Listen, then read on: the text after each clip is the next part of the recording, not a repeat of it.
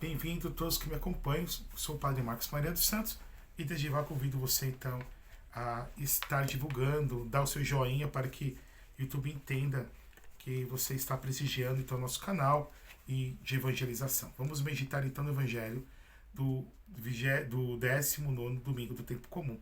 O Senhor esteja convosco, que está no meio de nós. Proclamação do Santo Evangelho de nosso Senhor Jesus Cristo segundo São Mateus. Glória a vós, Senhor. Depois da multiplicação dos pães, Jesus mandou que os discípulos entrassem na barca e seguissem à sua frente para o outro lado do mar. Enquanto ele despedia a multidão, Jesus subiu ao monte para orar a sós. A noite chegou e Jesus continuava ali sozinho. A barca, porém, já longe da terra, era agitada pelas ondas, pois o vento era contrário. Pelas 3 horas da manhã, Jesus viu aos discípulos andando sobre o mar. Quando os discípulos o avistaram andando sobre o mar, ficaram apavorados e disseram: é um fantasma. E gritaram de medo. Jesus, porém, lhes disse: coragem, sou eu, não tenhais medo. Então Pedro lhe disse: Senhor, se és tu, manda-me ir ao teu encontro caminhando sobre as águas. E Jesus respondeu: vem. Pedro desceu da barca e começou a andar sobre a água em direção a Jesus. Mas quando sentiu o vento, ficou com medo e começou a afundar e gritou: Senhor, salvai-me. Jesus logo estendeu a mão, segurou Pedro e lhe disse: homem fraco na fé, por que duvidastes? Assim que subiram no barco, o vento se acalmou. Os que estavam no barco prostraram-se diante dele, dizendo: verdadeiramente é o Filho de Deus. Palavra da salvação. Glória a vós, Senhor. Ave Maria, cheia de graça, o Senhor é convosco. Bendita sois vós entre as mulheres. Bendito o fruto do vosso ventre, Jesus. Santa Maria, Mãe de Deus, rogai por nós, pecadores, agora e na hora de nossa morte. Amém. As palavras do Santo Evangelho, perdoe os nossos pecados. Amém. Meus irmãos, minhas irmãs, nós continuamos lendo este Evangelho que nos fala justamente dessa passagem que acontece logo após a multiplicação dos pães. Então Jesus, que havia multiplicado os pães com 5 pães, 2 peixes, ele, pelo poder da sua palavra, pela força da sua divindade, ele tira as coisas do nada, ou melhor, já das coisas enquanto matéria-prima, ele multiplica. Justamente esse milagre da multiplicação dos pães, muito interessantemente, nós vamos ver nos 4 evangelhos. Portanto, foi alguma coisa que impactou os apóstolos, impactou os primeiros discípulos e a igreja primitiva. A multiplicação dos pães tem a sua grande importância, porque aqui nós temos uma manifestação clara da divindade do Senhor. Né? Clara da divindade do Senhor. E aí, justamente depois, em que ele multiplica os pães, e que as multidões estão atrás deles, ele segue, ele sobe ao monte para orar. Então, portanto, irmãos e irmãs, nós vemos aqui mais uma prática de Jesus muito costumeira, de subir ao monte para estar a sós para orar. Qual é o tempo que nós dedicamos à oração? Qual é o tempo que nós temos de intimidade com Deus? Muitas das vezes as pessoas, elas gastam tempo em tantas outras coisas, mas o importante, podemos dizer assim, a grande chave da nossa vida espiritual é a oração. A oração nunca é demais. A oração não quer demais pregarmos sobre ela, a importância dela, de estarmos com Deus. Não só a oração vocal que nós fazemos com a boca, mas a oração mental, que fazemos o silêncio do nosso coração. A oração que nós fazemos a sós com o Senhor. Deus pode nos falar de diversas maneiras. Todavia, nós com Deus, apenas uma, a oração. A oração que nos ensina São Pedro Crisólogo nos torna todo-poderosos em Deus. E enquanto Nosso Senhor está no monte orar, em outro episódio, podemos dizer paralelo, em outra cena, podemos dizer assim, Jesus havia despedido as multidões, subiu para orar e enviou os apóstolos para ir do outro lado do mar. O mar aqui não é o mar como nós entendemos, né? No caso, lá na Palestina seria o mar Mediterrâneo, mas o lago de Genezaré, ou também chamado lago de Tiberíades, que como era muito grande, eles davam, de uma forma, podemos dizer assim, metafórica, o nome de mar. E as ondas começaram a se encapelar e agitar durante a madrugada. A onda, mar, água, significa mundo. E significa a vida. Significa os reveses que todos nós passamos, as dificuldades que nós passamos na nossa existência. Essas dificuldades que geralmente se resumem em 4 pontos, de 4 a 5 pontos, ou seja, a nossa saúde, seja a nossa vida amorosa, a nossa vida familiar, a vida financeira. E algumas pessoas também, por que não, existencial.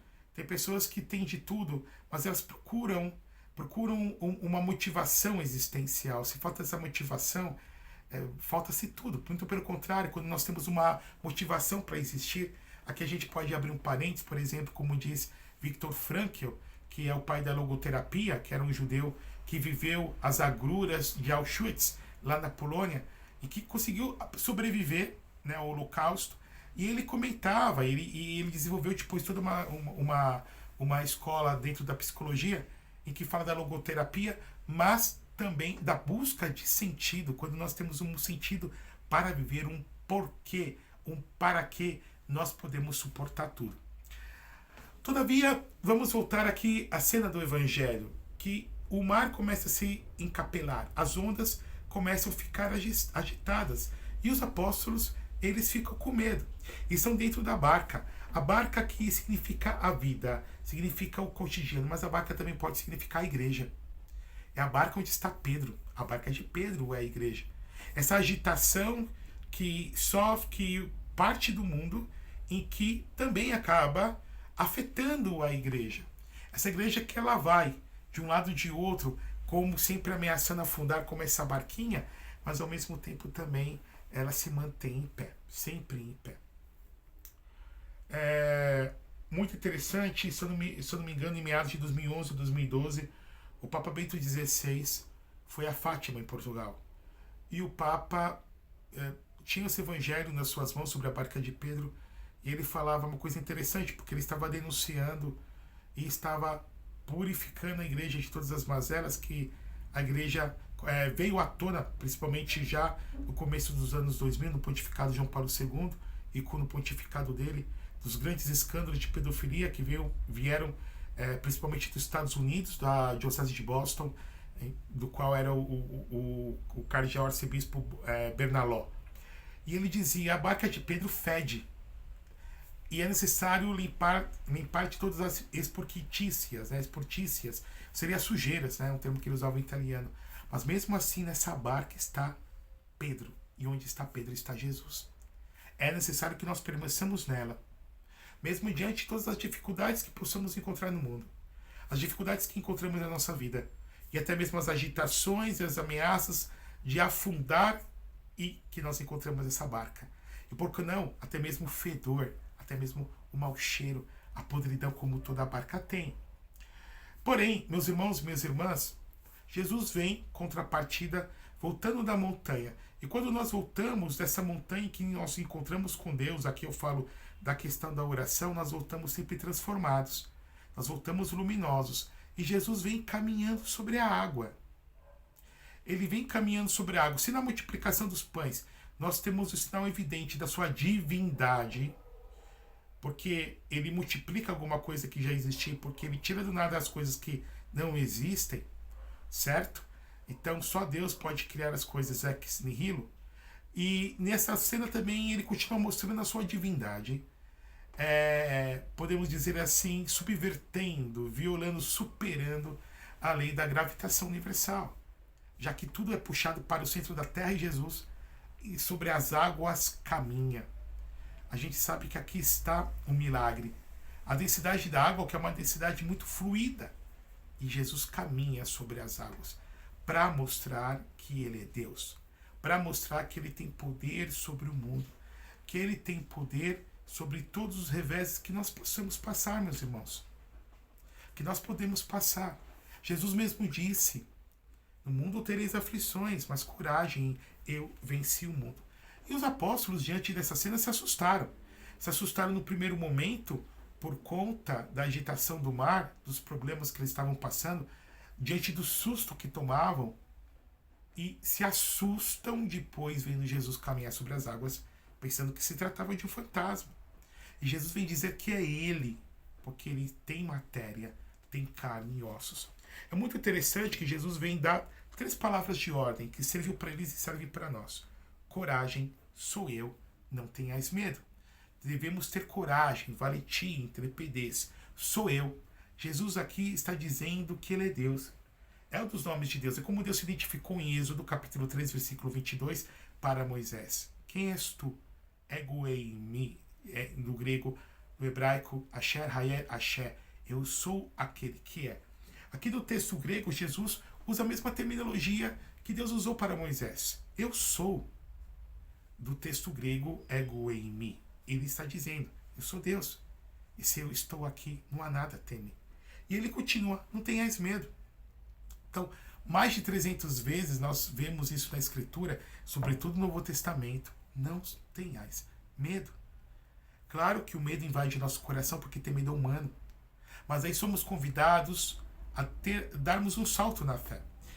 Pedro, vendo Jesus, se encoraja e ele vai caminhando. Mas no momento que ele sente os problemas e no momento que ele desvia o olhar de Jesus, ele começa a afundar. E é quando Jesus, então, ele, pegando no braço de Pedro, o eleva, o soergue e traz Pedro para a barca. E Jesus repreende: homem fraco na fé, por que duvidastes? Meu irmão, minha irmã, se de um lado nós temos a incredulidade, por exemplo, Nazaré, o lugar onde Jesus cresceu, Jesus se queixa que as pessoas não creram nele, que ninguém é profeta na sua própria pátria, muitos poucos milagres foram feitos.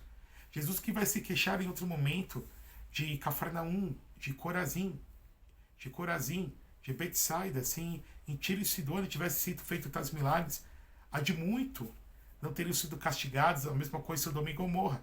Então, onde há fé, Jesus opera. Onde não há fé, a sua ação ela é diminuída. E a grande questão é o que significa a fé. O que vem a ser a fé? Devemos tomar muito cuidado de achar que fé é sentimento.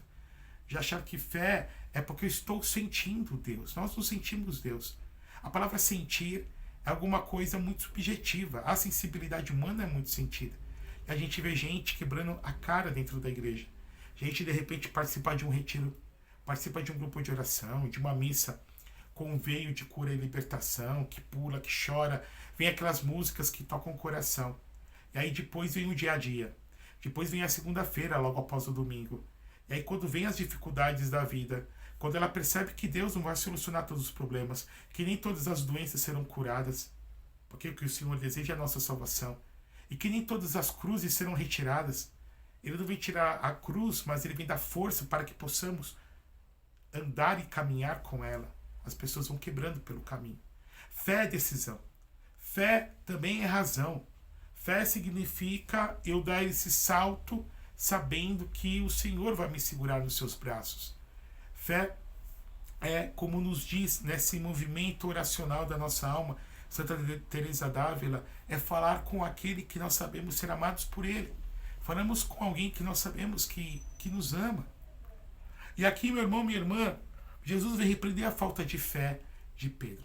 A grande pergunta, se nós temos a fé enquanto esse movimento que brota do nosso coração, como que esse vislumbrar e enxergar o invisível, como se fosse um terceiro olho da visão, podemos assim dizer, no qual nós vislumbramos o invisível.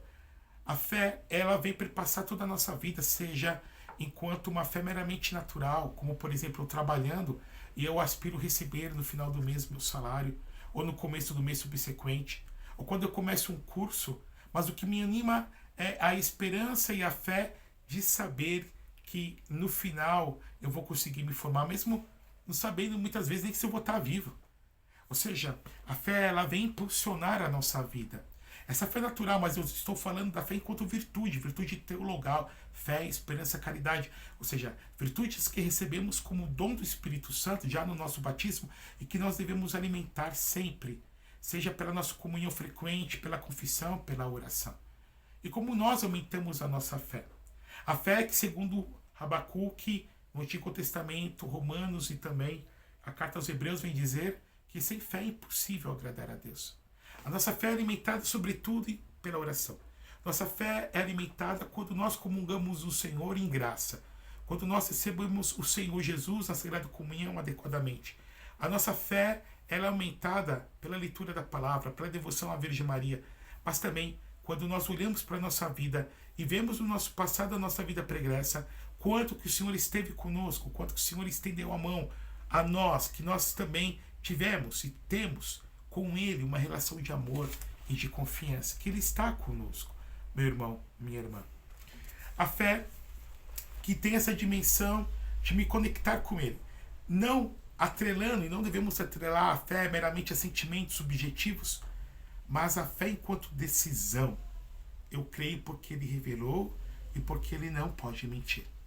E a fé enquanto adesão à verdade revelada, depósito fine da igreja. Jesus que nos revelou, Ele é a palavra de Deus, Ele é a revelação de Deus. Então, mesmo que a nossa fé, perdão, a nossa razão não alcance tudo, porque a fé, ela não vem ser oposta à razão, ela vai se complementar à razão e ao mesmo tempo a supera, dando um salto do imanente para o transcendental. Por exemplo, nós acreditamos em um Deus em 3 pessoas, nós entendemos isso até a página 2. Mas aquilo que eu não entendo eu adoro, eu aceito, porque foi revelado por Deus. Acreditamos que Jesus é Deus e é homem, como é possível? Mas a fé assim nos ensina. Acreditamos que Jesus está na Eucaristia. Depois da consagração, nada mais fica de pão, nada mais fica de vinho, apenas as aparências, os acidentes. Lá está o corpo, o sangue, a alma e a divindade de Jesus. A fé assim nos ensina que Maria Santíssima, Nossa Senhora, é virgem e mãe. E nós sabemos, enquanto lei biológica, em que uma mulher ou é virgem ou é mãe. São 2 verdades, 2 situações que se contrapõem, são antagônicas, são contraditórias, ao mesmo tempo também são opositórias, se opõem uma à outra, ou se é virgem ou é mãe. Todavia, assim nos ensina, assim embargo a igreja, como revelação, ela é virgem e é mãe. Bom, então nós temos a fé enquanto essa esperança, essa dinâmica do Espírito Santo que me impulsiona para frente, que me lança a enxergar o invisível e assim acreditar. Mas também enquanto a adesão que eu tenho, enquanto a verdade que Deus me revela por meio da sua igreja. É muito interessante o padre dar um exemplo. No sábado de Aleluia, nós temos a bênção do Círio Pascal. Depois que é feita a bênção do fogo e o padre acende o círio no fogo novo, com a igreja na penumbra, com aquela vela grande que simboliza Jesus Cristo ressuscitado, o sacerdote por 3 vezes na nave da igreja canta: eis a luz de Cristo, eis a luz do mundo, eis a luz de Cristo. E as pessoas, cada qual com a sua vela, elas vão acendendo a partir do Círio Pascal as suas velas até a igreja se ver plenamente iluminada, significando que a fé ela é comunicada por Cristo através da sua igreja, e que por sua vez nós que recebemos essa fé enquanto depósito, enquanto tradição que vem do latim tradere, que significa passar adiante, assim como nós recebemos, nós também somos convidados a manter a chama acesa e transmitir a outros. Nós somos chamados a sermos estes canais, comunicantes e comunicadores da fé. Todavia, meu irmão, minha irmã, nos momentos das dificuldades e que a nossa fé parece se balançar, o que nós devemos fazer? Como nos diz a carta aos Hebreus, sempre olhar para Jesus, não perder dele de vista. Sabemos que, como diz o salmista, que um choro, a lágrima pode durar uma noite inteira, mas a alegria vem pelo amanhecer. E quando a noite está no seu ponto mais escuro, mais tenebroso, nós podemos ter a esperança que logo em seguida virá a luz do sol nascente, virá a aurora. Recorda aqui, meu irmão, minha irmã, com relação a esse evangelho que nós escutamos e também com relação à fé, que é tão importante nós a alimentarmos. Nos lembra um grande santo da igreja, São João Crisóstomo, patriarca de Constantinopla, doutor da igreja, esse homem que viveu no século V. Ele diz assim, que no corpo espiritual nosso, a cabeça é a fé. E ele faz a comparação com a serpente. A serpente que é aquele animal que tem cabeça e cauda. Mas ele comenta assim, a serpente diante do seu inimigo, ela defende e faz de tudo para defender a cabeça. Perde-se o corpo, mas a cabeça não se pode se perder. Porque se perde a cabeça, se é esmagada a cabeça, a serpente é morta. E ele fala, fazendo essa comparação, que nós na nossa vida espiritual, muitas das vezes podemos perder a graça de Deus pelo pecado, podemos perder a esperança, podemos de repente estarmos perdidos. Todavia, devemos sempre guardar e fazer de tudo para mantermos a fé acesa, a fé incandescente pela chama do Espírito Santo. O padre dá um exemplo, sábado. Cada dia da semana, geralmente, a gente dedica a uma situação especial. Segunda-feira, geralmente, lembramos das almas do purgatório. Terça-feira, os anjos da guarda. Quarta-feira, São José. Quinta-feira, Eucaristia. Sexta-feira, a paixão do Senhor. E somos convidados a não comermos carne vermelha em todas as sextas-feiras do ano, e domingo a ressurreição do Senhor, a nossa Páscoa semanal. Porém, o sábado é dedicado a Nossa Senhora, à Virgem Maria. E por quê? Porque é justamente no sábado santo, no sábado em que o corpo de Jesus estava sepultado, guardado pelaquela rocha que estava selando o sepulcro dele. No sábado em que os inimigos de Jesus estavam fazendo festa, em que a sua alma havia separado-se do seu corpo, a divindade tanto unida ao corpo quanto à alma, e Jesus descia aos infernos, aos Hades, às mansões dos mortos, para resgatar os que haviam morrido antes dele e anunciar a salvação aos mortos, como nos lembra a segunda carta de Pedro. Quando toda a igreja havia perdido a fé na pessoa de Jesus, na sua ressurreição, a única que manteve a chama acesa da fé foi Nossa Senhora. Por causa disso que a igreja sempre recorda todos os sábados do ano, Santa Maria, a Virgem Maria. E a devoção a ela aumenta-nos também, nos ajuda a aumentar a nossa fé. Termino aqui falando do grande São Vicente de Paulo, esse grande santo do século XVII. Esse homem que se converteu depois que foi padre, depois de sacerdote. Ordenou com 19 anos, morreu beirando já os 80. Ele, uma vez atendendo um padre, né, dirigindo um sacerdote, um padre dirigindo outro padre, já em fama de santidade, esse padre compartilhou com São Vicente, ele era francês, que ele tinha muitas dúvidas de fé, muitas tentações contra a fé. Então, São Vicente, em oração diante de Jesus, disse assim: Senhor, troca a minha fé que eu tenho tanta fé, pela falta de fé do meu irmão. E aí nos diz a biografia de São Vicente de Paulo que ele dormiu. E depois, ao acordar no outro dia, ele percebeu que ele foi assaltado por dúvidas de fé. Ele começou a descrer. E o seu amigo padre veio procurá-lo, partilhando com ele que ele tinha vencido essas tentações contra a fé. No momento da noite escura, das tentações da fé, o que fez São Vicente de Paulo? O que ele fez para poder superar essas tentações? Porque depois houve um momento que ele superou de fato. Nos diz então seus biógrafos que ele escreveu numa cartolina o credo: creio em Deus Pai Todo-Poderoso, Criador do céu e da terra. O símbolo apostólico, em que nos seus 12 artigos estão resumidos e concatenados os principais pilares da nossa fé. Aquilo que é a revelação de crer no Pai, no Filho, no Espírito Santo e na Igreja, na ressurreição, na vida eterna. E ele colocou no cordão, escreveu numa cartolina e pôs debaixo da camisa, né, por debaixo da camisa que revestia a batina. E no momento em que ele lhe assaltava as dúvidas, ele apertava e ele rezava o credo paulatinamente, até superar as tentações contra a fé. Nos momentos das tentações, meus irmãos, quando o sacerdote ergueu Jesus na hóstia consagrada, no vinho consagrado, reze como São Tomé: Senhor, eu creio, mas aumentar minha fé. Há orações que Deus se agrada de nos atender. Há orações que Deus se regala em querer nos dar aquilo que como presente.